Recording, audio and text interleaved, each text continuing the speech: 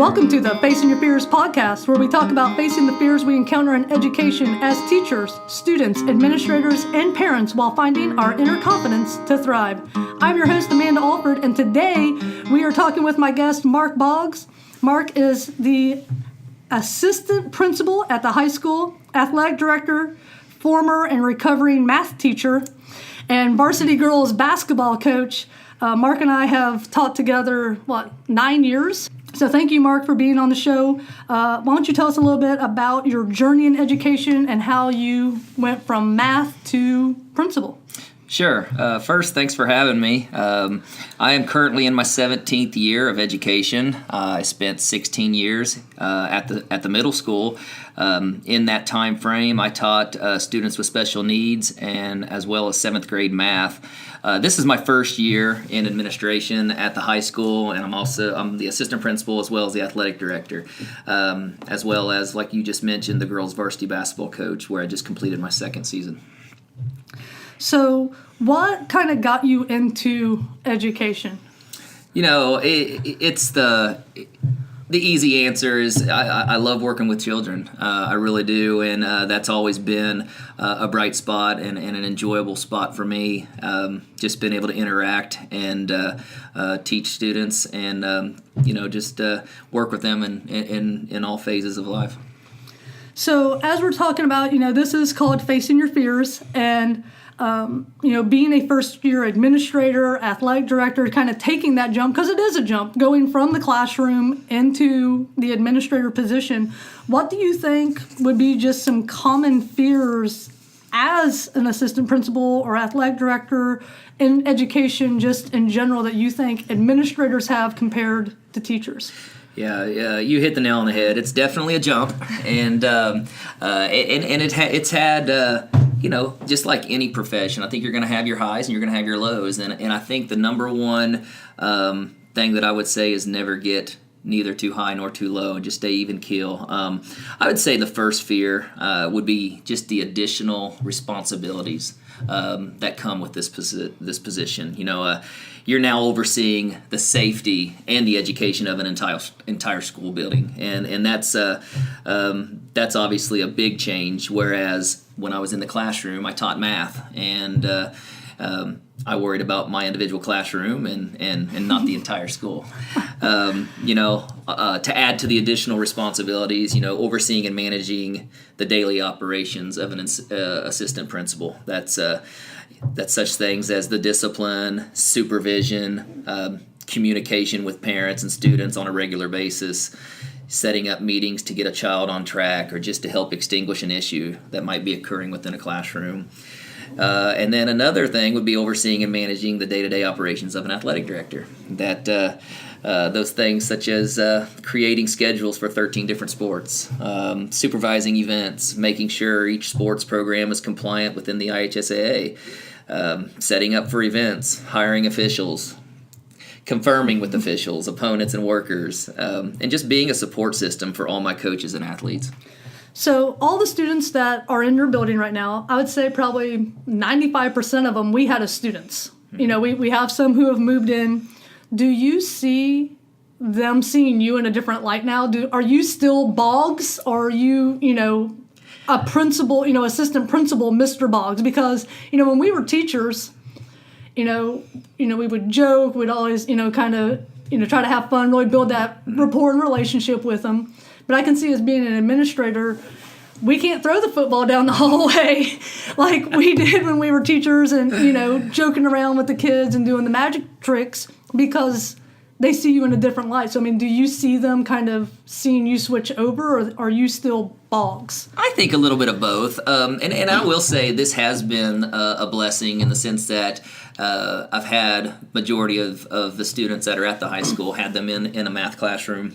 But I do think that you have to separate yourself in terms of the jokester throwing the football down the hallway. But on top of that, I don't think you want to completely change who you are as well. And I think most of the students in the school would say that hey, I'm fair and I'm consistent and I'm just going to do things the way they should be done. But on top of that, I can also have a good conversation with you and joke with you as well. Maybe not throw a football down the class or down the hallway, but in some other light, being able to interact positively.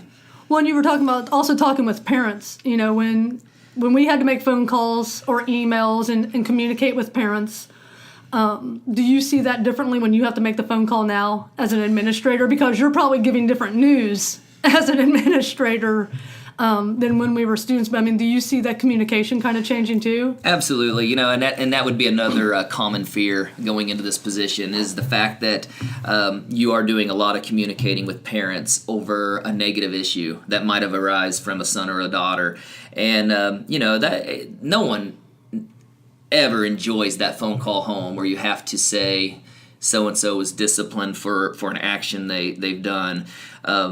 But, it is part of the job and it's part of the process, and you just have to get over the fear and just know that it's going to have to happen. And I will say I do love communicating with parents if it's a positive thing. I don't want to always be that phone call home to say something negative. If I can call up and say, hey, I just want to let you know that your child has improved their grades or they did a nice gesture in the hallway or whatever it may be, those are always enjoyable and easy. But yeah, it's definitely not an easy thing to have to always call home and give them negative, bad news.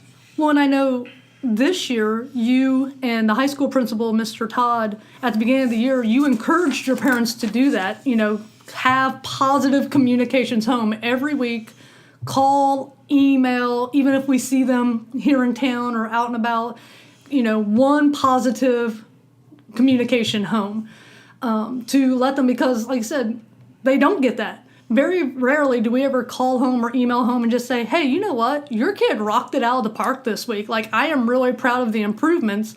It's always the negative.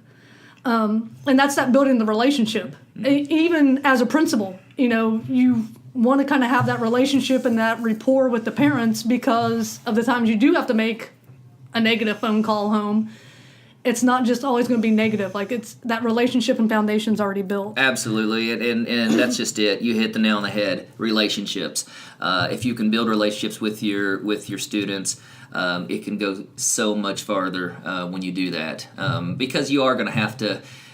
There's going to be that time where you have to give them the bad news and discipline them. And if you build that relationship, they're more accustomed to understand why it's why it is the way it is, and will be able to build and move on from it.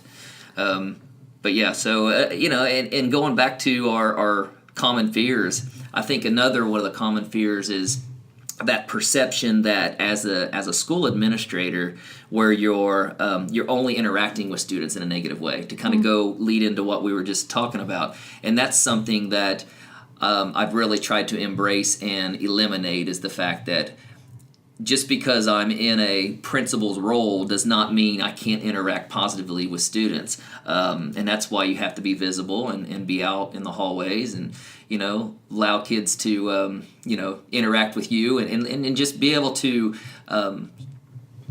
make notice of accomplishments that they've made and just be a positive influence in that way as well. All right, so I know we've almost got through your first full year as an administrator. So what are some of the fears that you have faced going in? We've talked about some of the fears that you've had. What are some fears that you've come up against that you're like, you know what?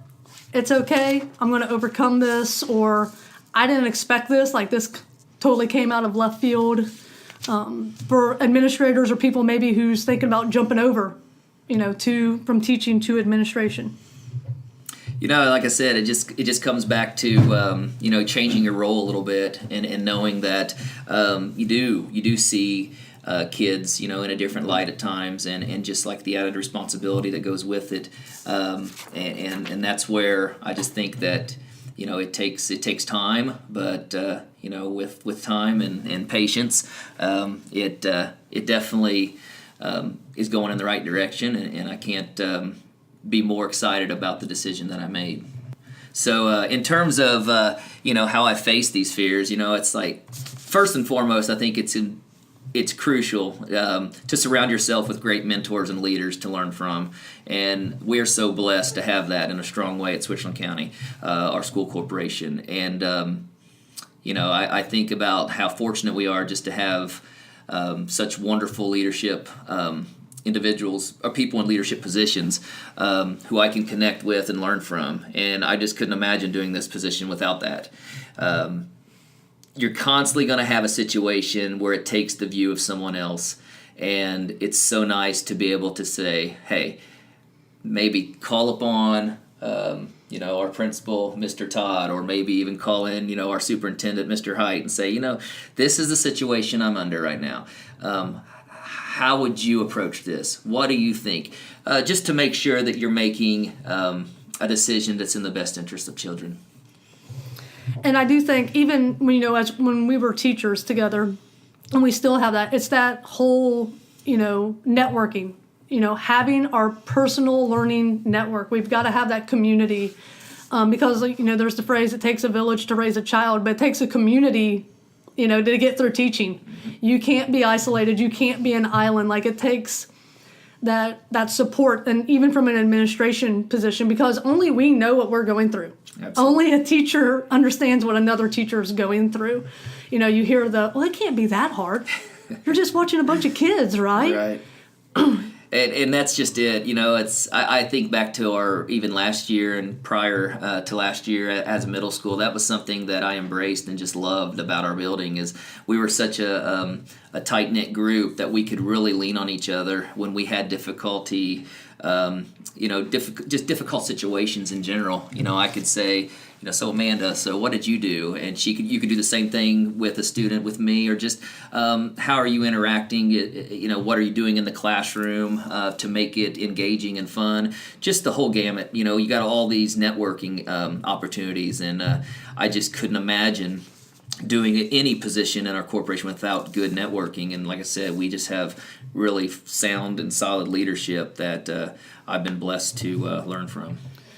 So, and for those of you listening, for other principals, like Mark is a high school principal, if you're wanting to find other great principals to follow support or ask questions, if you're an elementary principal, Jerry Brooks from Liberty Elementary in Kentucky is a fabulous administrator who, like what Mark was just saying, the support, building each other up, having that whole community, being there for the students, all the celebrations. And then in also high school, and I would love to see you do this, Mark. So there is a principal, his name is Hamish Brewer, and he is in Virginia, and he is called the skateboarding principal. And he skateboards down the hallway and with his students.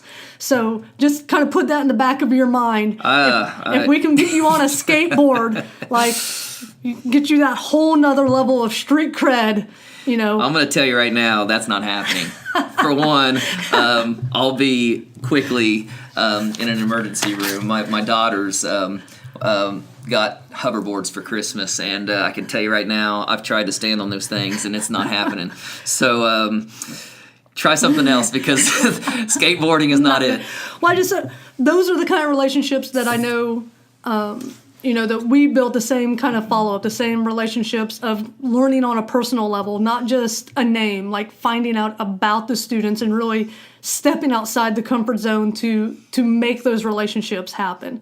And I know, you do that, and Mr. Todd does that, and that's really what we try to do here at a school corporation, to make the students feel, Absolutely. Once again, it comes back to the relationships, and I think that if you can, you can build the relationship, and then when something goes wrong, you bring the child in and you give them the consequence, but you've had that relationship. They know that you're not out to get them. They know that you're not just picking on them. It's just part of following law and order, and that's what I hang my hat on, it's also when it comes to communicating, when I communicate with parents and students, they're not going to always agree with the decision you make. They're just not, and that's part of it. But I do feel that if you can just be fair, impartial, and consistent when holding your student, holding them accountable for it. That's what you have to lean on, and just know that it's never personal, and instead it's an opportunity to learn and grow. Because you can do that from a disciplinary action as well. And that not only helps build your confidence, but that helps build the students' confidence. So when they do have to walk into your office one day, they're not that dread and fear. There's not that, oh my gosh, Mr. Boggs, is scary and he's going to, just yell at me and things like that. They know that when you walk in, you're going to be genuine. You're going to still be looking out for their safety. The relationship's still going to be there. They're not going to walk out and be like, that guy's such a jerk. They're still going to have that respect for you because you've already built the relationship up. Right. The last thing I want is for students to come in and be so uncomfortable and uptight. That's not the perception I ever want to give off. I am who I am. I've always felt like I treat children fair and impartial, and that even means when you have to show tough love. And that's just something that as long as I can look in the mirror at night and know that I did justice and did it for the well-being of the child, then I can live with that. All right, so what advice can you share for those, because, here in a couple of months, summer's going to be coming, and all of these educators who have gone and got their principal's license, got their administrator's license, they're going to be looking for these positions now, where you were a year ago. So what advice can you give to either other administrators who may be in a position who's like, you know what, this isn't what I thought it was going to be, or for those thinking about being an administrator going, do I want to jump ship? Do I want to leave my classroom? Because that's your comfort zone. Mm-hmm. It's hard to leave the comfort zone for a whole new realm. So what advice can you give to those? It is, if you have the vision to be a leader of a building, I should say that, leader of a building, teachers are leaders as well, but if you have the vision to be an administrator, you just got to roll up your sleeves and go to it, because I second guessed this position. I love the classroom, and I did not have any intention of leaving 7th grade math anytime soon. However, the more and more I thought and prayed about the situation and realized that this was an excellent opportunity to learn from, like I said, some great leaders of our school system. I knew it was a position I couldn't pass up, and I can just tell you that you go into this position, you got to just follow your heart and know that you're always looking out for the best interest of the child, and that even means when you have to make that difficult decision, because ultimately we want our children to grow and be respectful and just be successful in life, and that's part of the adversity they're going to face at times, and I just can't stress to it enough. I just always try to make the decision based on the best interest of the child. Well, thank you, Mark, for joining me today, and thank you all for listening to the Facing Your Fears podcast. If you like my show and want to know more, you can follow me on Twitter at Alford Science. Please leave me a review. And you can also listen to this on iTunes, SoundCloud, Spotify, and YouTube. Be sure to subscribe, rate, and review. And join me next Sunday as we put out another podcast of Facing Your Fears. Have a great week.